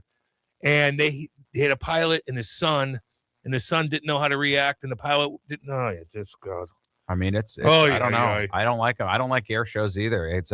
It just seems like all you see online is every year they have these air shows, and every year there's like a handful of like professional, the best stunt pilots in the world, and they just go straight into the ground. It's happening a lot. I flew with the Blue Angels once. What was that like? It was like you felt like you went 10 rounds with Mike Tyson. And here's the thing. So they take you up on they give you whatever those G forces are to try to get you to pass out. I didn't, but I almost did. And they said it was all good. But when I came out of this thing, right, after 40 minutes in the air, and they let you like do the flip and everything. Oh boy. It's unbelievable. And it's kind of terrifying. Then you get used to it. When I got out, they had to pour me out of the plane. Like, because and then the but pilot, you won't get an Waymo. But I'm not understanding this. Pouring kitty litter. But I had to. I did it for a feature for back then. It was Fox Sports, and the pilot, this handsome, chiseled gentleman. Oh, yeah. So there's my wife waiting for me, and I like this old schlub falls out of the plane because I'm physically spent, and the pilot's like, "Oh yeah, he did good." Ting, like not a hair out of place. Yeah. no Listen, sweat. Stud. Listen, we're all human, but we're not all the same. No, we're not. You know, Brody, Yeah. Bill Belichick. Yeah. Not What in are the you Hall of Fame. thinking? I'm very disappointed he's not in the Hall of Fame on a first ballot. I can't believe he's been passed for this. This is ridiculous for Spygate and all that stuff. I mean, he has 6 Super Bowl wins, 9 Super Bowl appearances, 31 playoff victories, 333 wins, second most in NFL history, most in playoff wins, most Super Bowl appearances, most Super Bowl rings. He's not a first ballot Hall of Famer, all because of Spygate and Deflategate. Come on. well, I did. I'm with you. I mean, let me Go say Brody. this. I agree 100%. That said, I did read that article about that one guy who came forward and explained why he didn't vote for him, and he spent It's the some voting. no, but he spent some time analyzing like what Belichick's winning percentage was prior to Tom Brady joining the team, and it was pretty poor. And then he had Brady, and then Brady left, and they looked at his winning percentage after Brady. I don't think this is fair, but this is what this writer did. Oh, this is not the guy from Kansas City And- who was talking about the voting system. And he said that if you looked at his winning percentage after Brady left, that it was also much lower, and he felt that given that that he wasn't a first ballot guy. But he had Brady, and Brady wasn't exactly considered like the gem of the draft picks, right? No, You of ever see course the not. picture of him? When he came out of college. To me, it's like when a team. Well, if you took away the 4 homers they hit, we were right in that game. No, Yeah. Brady was on his team.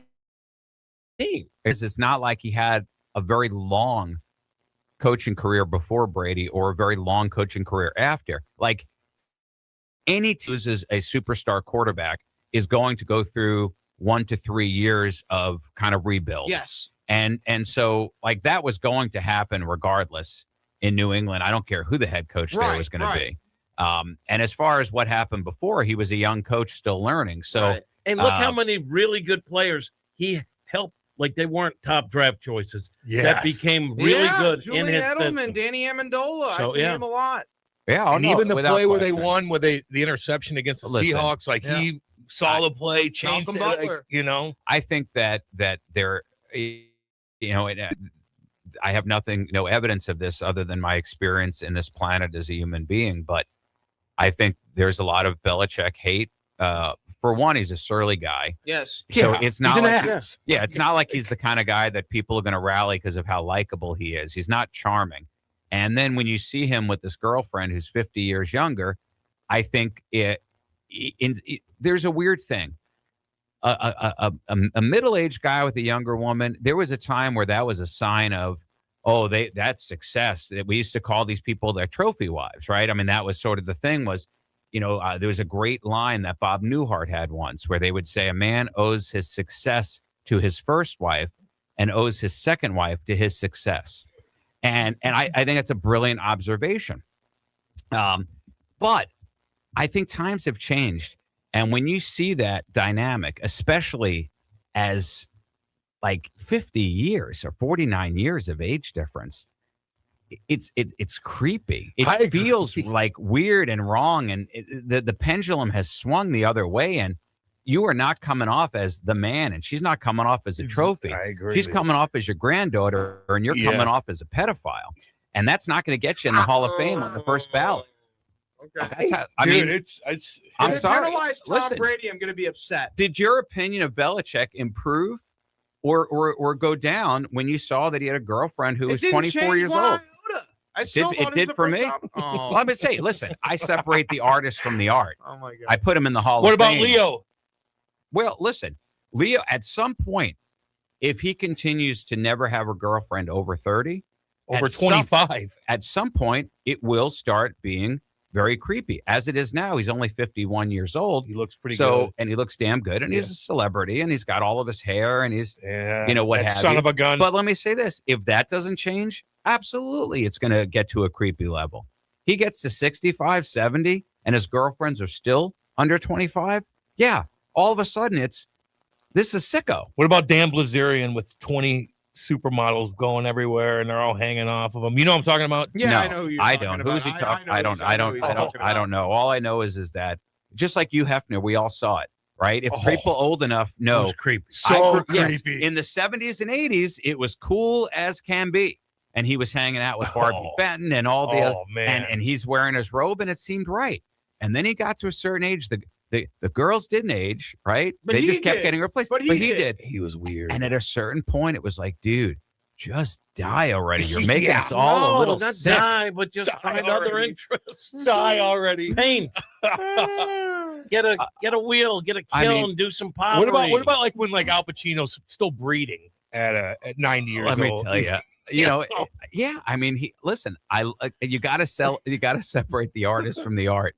A person could be a great actor, but you know what you realize is that everybody is dealing with stuff. Oh, yeah. Everyone is having problems facing their own mortality, accepting their own age. You can't regain your youth by sucking it out of somebody else. I would like to have those problems more than probably the normal problems. Oh my gosh. You know what? I feel as crazy as it's it weird, is, though. I feel bad for anybody who feels at that age that they still have something to prove to themselves, to the world. It's an indication that they don't have peace, and I just want them to have peace. I think people who get older and have peace, they don't But do that's all a that different. stuff. That's different than saying die already. Well, and you have your situation. I mean, come on. Yeah, It was. You've had enough. Like, and read the room. You've Read had the enough. room. And in this case, the You've room had was enough life. society. And at a certain point, You've had it society too good for says, too long. right. It's just Look, it's just wrong. Aging is hard. All right. It is. But there are good things that I embrace. Like I can have dinner at 4:30 and no one's going to raise an Right. eyebrow. And you're going to realize how great it is to have dinner at 4:30. Yeah. I love it. You were mentioning too, you get invited now to dinners and they're trying to sell you what? What are they trying to do? Investments because you're old? Yeah. And they invited because I'm now AI, like I am now apparently AARP. Yeah. And I guess they sell that information. So twice a week, I get invited, dinner at Fleming's or whatever, and you look and they're trying to sell your retirement fund. Okay, a couple of fun facts. For one, AARP, the AARP magazine technically is #1 in circulation of any magazine in this Is country. that true? Yeah. Well, they- magazines are dying. Well, and they automatically enroll you when you're 50 for right. AARP. And if you have a spouse who's under 50, even though if Belichick married that 24-year-old, she's eligible. She could be an AARP immediately. You mean the one that's on the sideline directing plays? Yeah, at So 24, weird. because that's the way to do it. I mean, whatever. He's just giving the whole country a big middle finger. So odd. But another fun fact at Fleming's is named for its founder, Paul Flemings. Yeah. And the interesting distinction, I know Brody knows this, but do you know what makes Paul Flemings an interesting character in the restaurant world? No idea. Look, what are his initials? He is the PF of PF Chang's. Oh, really? So Yeah. Paul, Is that true? Yeah. Mhm, yeah. Oh, Paul man. Flemings had partnered with Chang. And you can look that up. They have PF Chang's, and then he has all the Flemings steak. Very is all wealthy, his. man. Wow. He also owns all the Ruth Chris's, I believe. Oh, jeez. I think Ruth that's Chris. part of which you would think that's a competing steak brand, but Yeah, a lot of times people think, well, that's great. I'll get their steak that they normally have, and then on the days that they want something different, I want to sell them a steak on those days too. So we talked about doing it. People are launching different. a competing You see, brand. There are different types of people. That's a successful one.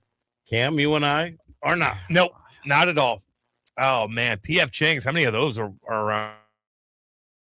United Oh, and Cam. Fleming's. Wait, can we talk about Terry Crouppen, how he designed his office like a PF Chang's? He did. He did. He likes Asian, like that look. Yeah. It's So awesome. we have gone, the restaurant Tao in Las Vegas. Yes. It's in I know exactly the what you're talking Venetian. about. Yep. Yeah. And that has that very cool Asian look with all of the reds and the blacks. And at first he loved that. And when he met with the designer, the decorator who was going to work on his office when we were down at Met Square, he originally had said, I want it to look like Tao, but the designer wasn't familiar with that restaurant. So he's like, it's basically a PF Chang's. Make the inside of my office look like PF Chang's. I want that kind of Asian influence. It's awesome looking. That place is really cool. I was there the other day. And then Terry gave him the lowest budget in the world that he could do it. All this person could do is basically get one little Buddha statue and a bunch of chopsticks to throw around. You got to give people a budget to work with. I didn't like PF Chang's that much though. As You don't far like as the PF Chang's? food, it was okay. It's quality. It's I good like quality. it. I The think place was cool. I think it's pretty consistent. And listen, it's a chain of Chinese food. It's not the same as going to your local mom and pop Chinese And place. I swear by my There local it is. place. Yeah, of Yes, course. he does. So can I ask you this about Terry Crouppen? Didn't he used to have like a big giraffe in front of his house? He did. Took the animal down, right? Yes, It's not there anymore. Well, it's because he sold the house. The Okay. giraffe resides in our courtyard at the office on the hill at 4900 Daggett Avenue. If anybody wants to see a courtyard with an 18-foot giraffe, they can do it. That giraffe used to be known as the Geyer giraffe. You could actually go onto Google Maps and type in the Geyer giraffe, and it would direct you right to Terry Really? Crouppen's front lawn. 'Cause I just remember driving up there and I was like, here's who owns here's that what house? happened. It was originally a bear. It was originally what happened was he bought the house, and it had a huge tree in front that needed to be removed. And instead of taking it completely down, Terry hired one of those wood sculptors. Yes. And they turned this huge tree into a grizzly bear, and it stood on that corner, and it was incredible because it was right on Geyer, where there's that bend, where there's that little cemetery where Baseball Hall of Famer George Sisler is buried in that little I cemetery. didn't know that. You can actually go and visit the site. I didn't know that. Yeah, that's pretty awesome. So it was fairly divisive at first. Half the neighborhood loved the bear, and the other half were like, this is a distraction. This is an expensive neighborhood. Why is there a bear? But then what happened was some teenagers vandalized the bear. And it made the news. Like they tried to burn the bear down. It didn't work. That's not funny, Rock. It made the news. Wait, and so for the next few weeks, like people are putting flowers at the foot of the bear. That's awesome. It's like it's a memorial. So Yeah. he has the bear repaired. But eventually, like all things that are alive, they will all eventually rot and die. And it had to be ground down and removed. He was depressed about it and thought, what can I do to replace it? Well, he had driven by the Hoods up at 170 and I guess near Olive, and he saw this 18-foot giraffe, and he thought it had just the most beautiful face, just the prettiest eyes. And he thought, you know what?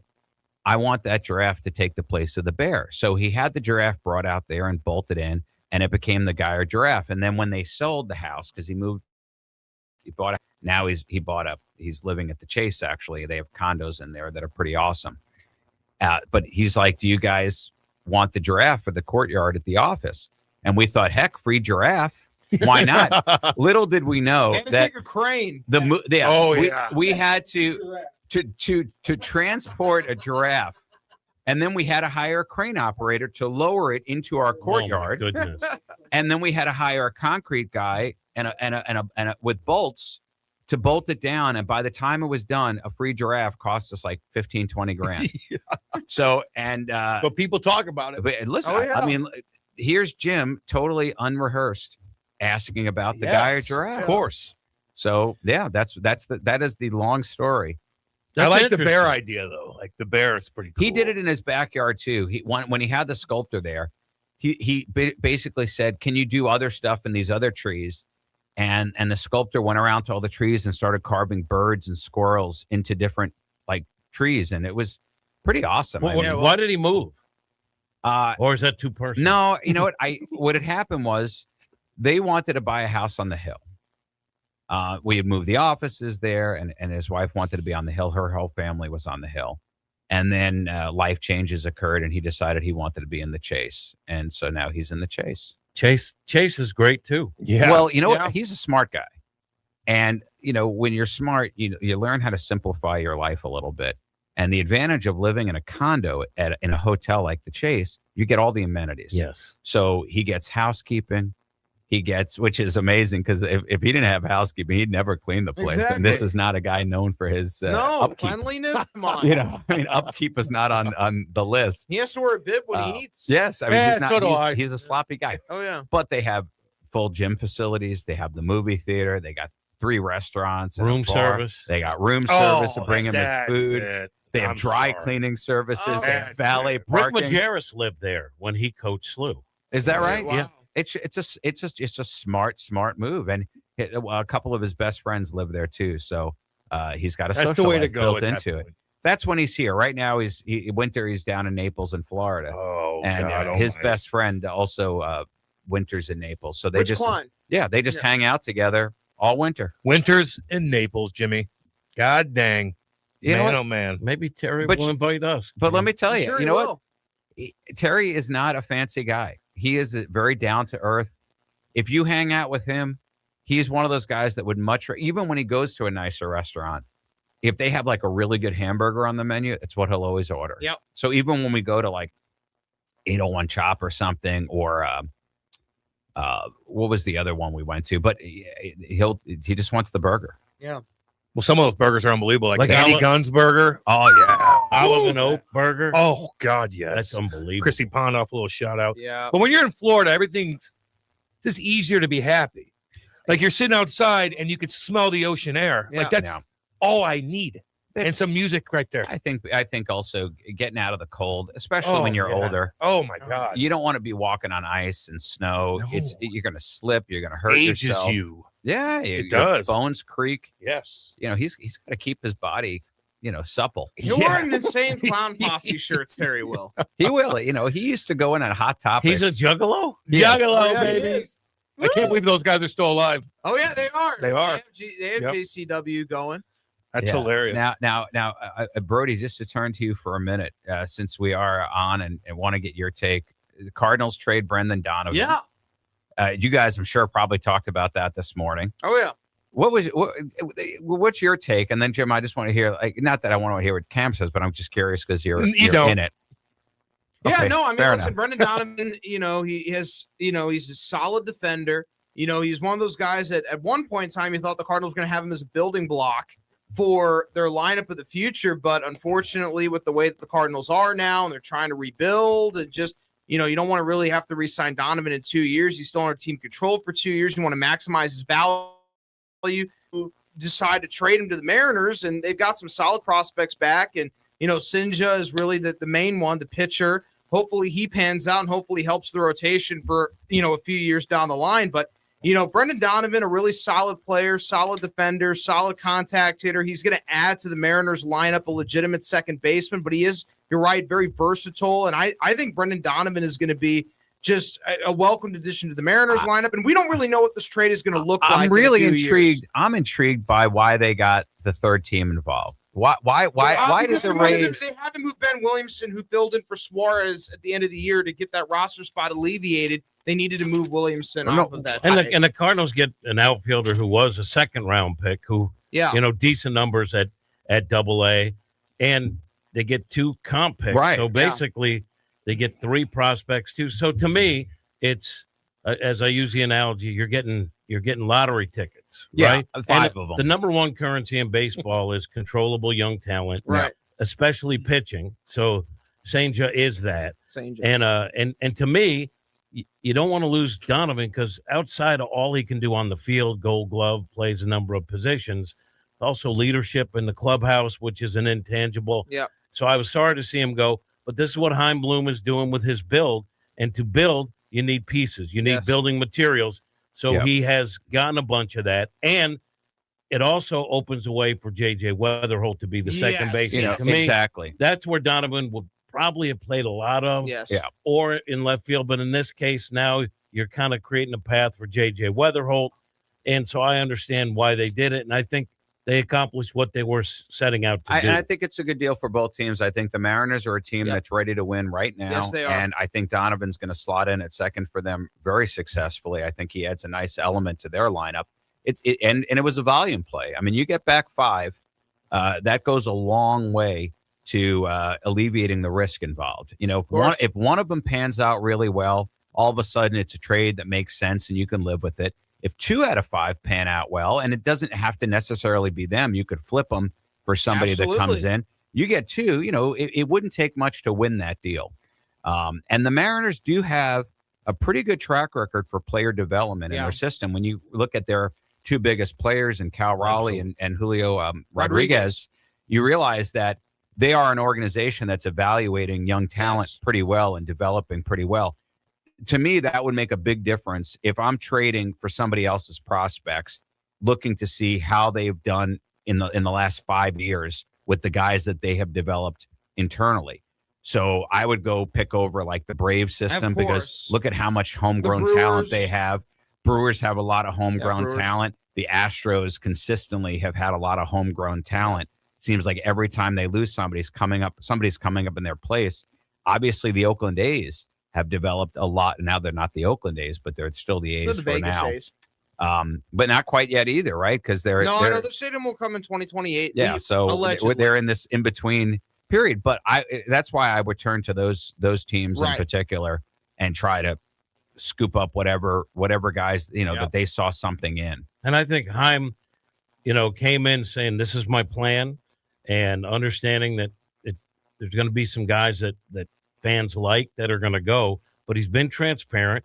And overall, I think fans kind of like that direction. Like, if we have to build back, let's do it now, and let's do it in a way where there's like light at the end of the tunnel. Yeah, and I think he's given fans I think so. I think last year fans were rightfully frustrated because to their eyes, the team was doing nothing with no clear direction, and they weren't making any moves. Like they were neither improving nor rebuilding. They were just sort of stagnant the whole year. I mean, they weren't able to really sufficiently move enough payroll even. They couldn't even get those moves done. The salary dump moves, they got some of it done. They weren't able to get all of it done. I think now the fans are ready to accept a deal like this. I think this looks like action toward an actual goal. The people around the league that I've talked to over the years say the thing that the Cardinals probably do as well as anyone is they use cost certainty. And with the TV rights, right, there's no cost certainty. There wasn't last season because they knew this might be coming. And I think they operated accordingly, maybe at their own detriment. And now, under the MLB banner, they still don't know because it's, as they say, it's you eat what you kill. They'll figure it out at the end and put it in the pool. Here's your share of the cup from the games on television. So they're operating under that. And now all teams are, except if you're the Dodgers, you have that separate TV deal where you're fine. And of course, don't they have to negotiate a CBA after the season? The 2026 season. I think that's the other wild card in all of this is what's going to happen there. Obviously, the hot topic will be salary cap and whether or not this is, if enough has happened now to force the issue. Certainly, it's going to force the issue into being the hot issue. I don't know. I don't see why the players union would be in favor of it. And that's a tough thing too, is when you have a players union you have to promote policies Sure. that are good for the entire body of players.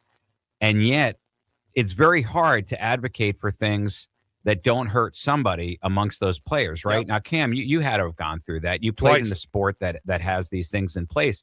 How do you deal in a union where clearly some of the moves they're making only favor the highest potential earners and don't necessarily put all of the leverage in helping the more rank and file players? Well, it's hard. That's why the guys that are usually in control are the guys that are kind of mid-tier too. The big boys don't even want to deal with it. So your representative of each team is usually a mid-tier guy. You know what I mean?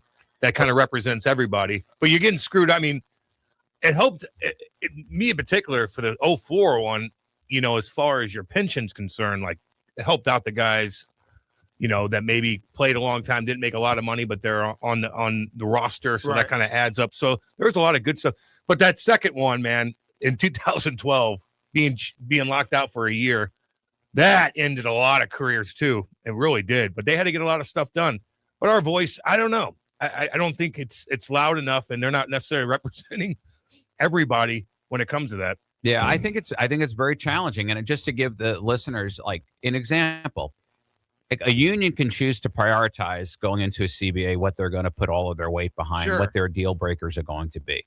And they could make their deal breaker, we want the qualifying time that you have to play to be reduced for the purposes of qualifying for a pension, right? That would help a lot more players. It would certainly help a lot more, guys who are worried about what their future is going to look like, who aren't going to have huge money coming out of the game, But if they make that their primary issue, as opposed to, say, defeating a salary cap, then arguably you might be hurting guys on the top that could, that are going to be limited in how much they can earn because teams are sticking to a cap.